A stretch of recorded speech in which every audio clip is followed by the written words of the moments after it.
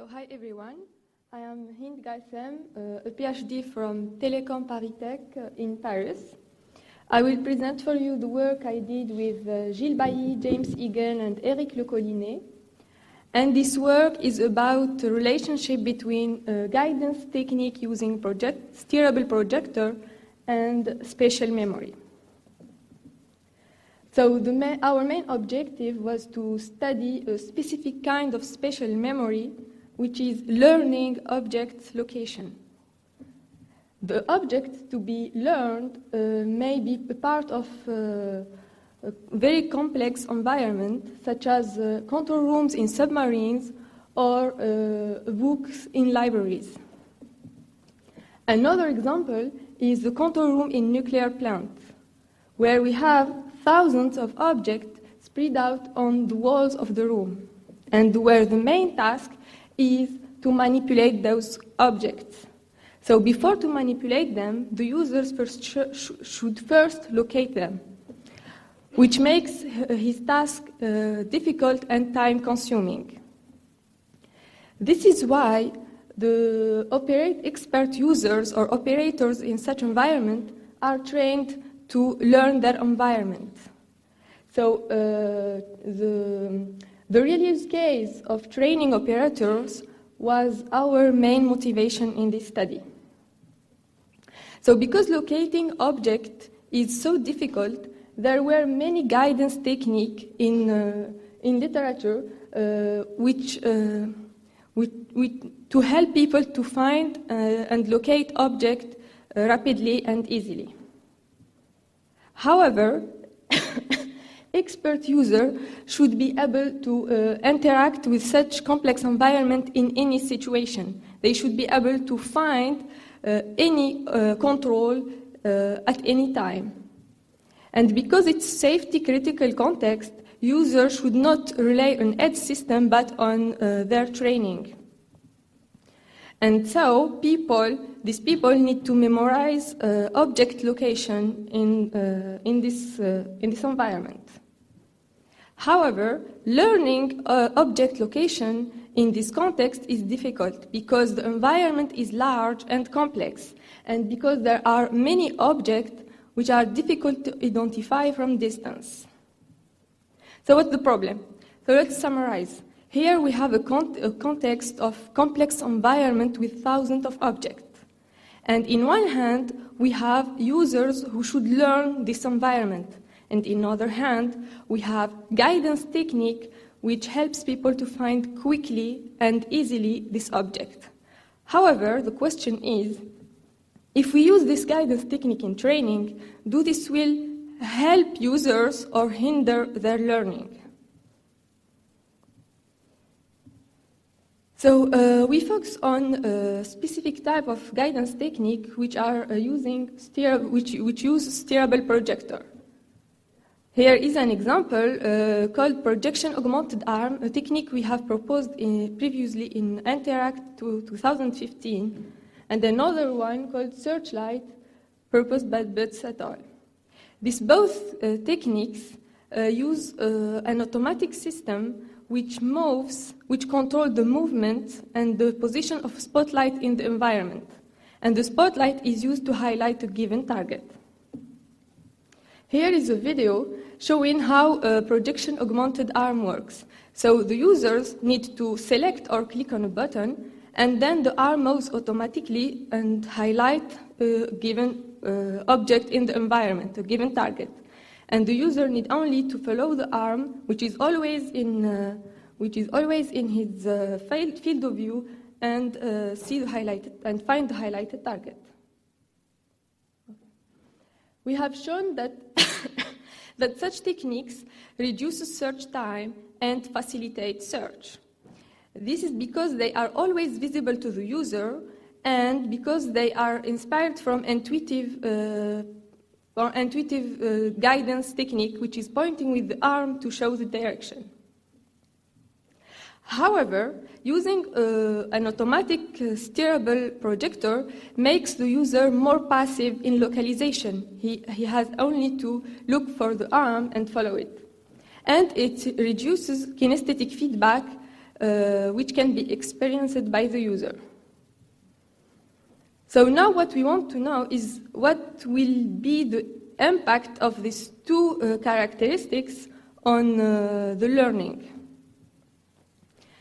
And for this, we proposed a study of the impact of this kind of guidance technique on learning, where we compare different projection guidance with user control, system control, and with or without kinesthetic feedback. And we focus on these two research questions, which is, does the transfer of the control from the user to the system hinder learning, and what will be the effect of kinesthetic feedback in such situation? So we propose three conditions. In the first condition, the users manually control projector, a guidance technique, and he experienced some kinesthetic feedback from the movement of the control. In the second technique, in the second condition, we used a robotic arm which controls the guidance technique, so the user is more passive and has just to follow the guidance technique to find a given target. The last one combines both kinesthetic feedback and system control, where the users follow the robotic arm and at the end point with his hand to the target to experience the kinesthetic feedback. So here is a video showing the first technique where the guidance is controlled by the system.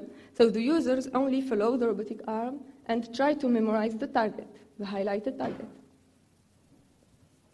In the second one, where the user controls the guidance technique, so the user handheld the projector, which displays an arrow, so the user have to follow the arrow until he finds the target and then memorize it. Here the guidance information is directly mapped to the body movement, to the arm movement of the user. In the last one, the users follows the projector arm and has to point toward the target when it's highlighted and then memorize it. So to implement these techniques, we used for the system control techniques, we used a robotic arm, which is an improved implementation of projection augmented arm that we have present in Interact 2015. It consists of two servo motors with a pico projector and the tracking system. Here's a video of the system where the arm moves automatically and highlights a target. Here we cannot see the target because it's below the table. And to implement the handheld or the manual condition, we use the pico projector, and the user have to hold and move the projector. To implement this technique, we was inspired by peephole displays. And we use this technique as a baseline because in literature we have found that exploration with body movement can help learning. So in the experiment, the user was standing in the center of the room with the guidance technique to his left. And this figure shows a mock-up of a real control panel in a control room. And this one, the mock-up used in the experiment. We tried to use more than 1,000 objects with different sizes, shapes, and colors to approximate the real use case. So we split the experiment into two sessions. The first session was composed of consecutive training and test phases, and the last one was one test performed 48 hours later. So in the training phases, we asked the user to try to find 12 successive targets while they use guidance technique. However, during the test, we asked them to try to find these 12 targets. This video shows a test phase where we display the name of the target to the user, and he moves a cursor and try to point to the location of the target. So this this plot is the mean recall rate per technique, is the mean recall rate for user-controlled guidance. On the x-axis, we have the different test blocks. On the y-axis, we have the percentage of the recall rate. And the four first points correspond to the test during training. And the last one, the retention test. We did the same for system-controlled technique without kinesthetic feedback and for system-controlled guidance with kinesthetic feedback.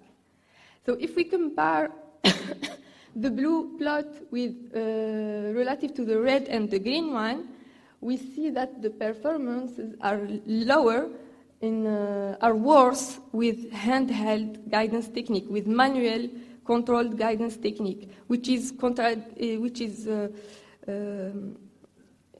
contrary to our expectation. So the users learn more target with motorized or steerable projection guidance technique. And if we compare the red relative to the green plot, we see that the performances are quite similar, and the conclusion was that there is no kinesthetic feedback in this benefit in this case. Now let's see why we got these results. So first, we found that active exploration hinder learning instead of improving it.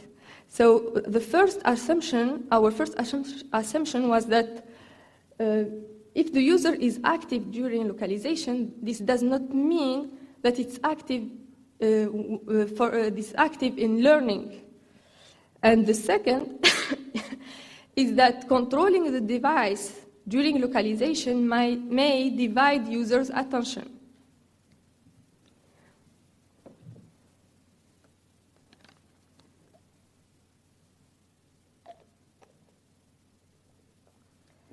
These assumptions are in line with our observations because we have seen that the users seemed more concentrated on memorization when the system controlled the guidance device. However, when the users controlled the projector, they were concentrated on both memorization and trying to manipulating the device. The second result was that kinesthetic feedback did not improve learning when the system-controlled guidance were used. So our assumption is that maybe because the visual task, maybe because localization task is more visual than motor task, and maybe because of that, so the localization did not benefit from motor movement made by pointing or moving the projector. And the second assumption is that maybe that there were a positive effect of kinesthetic feedback, but which was weaker relative to the negative effect of dividing the attention of the user.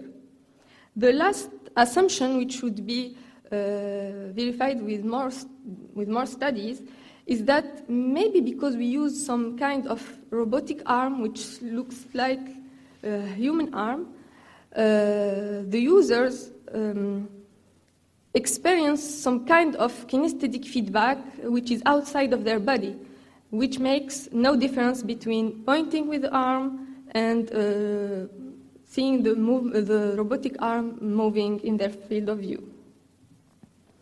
We also measure the highlight time. It's the time where the users were looking for the highlighted target and trying to memorize their position. And we found that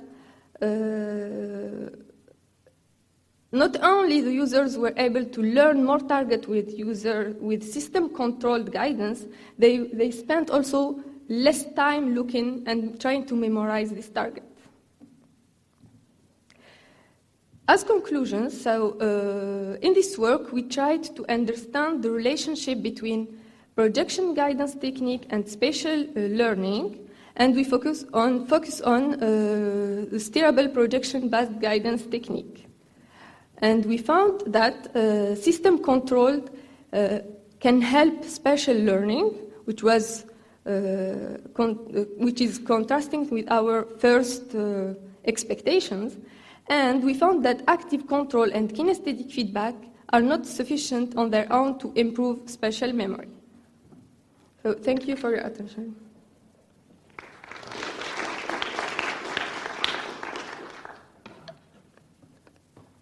So, any questions?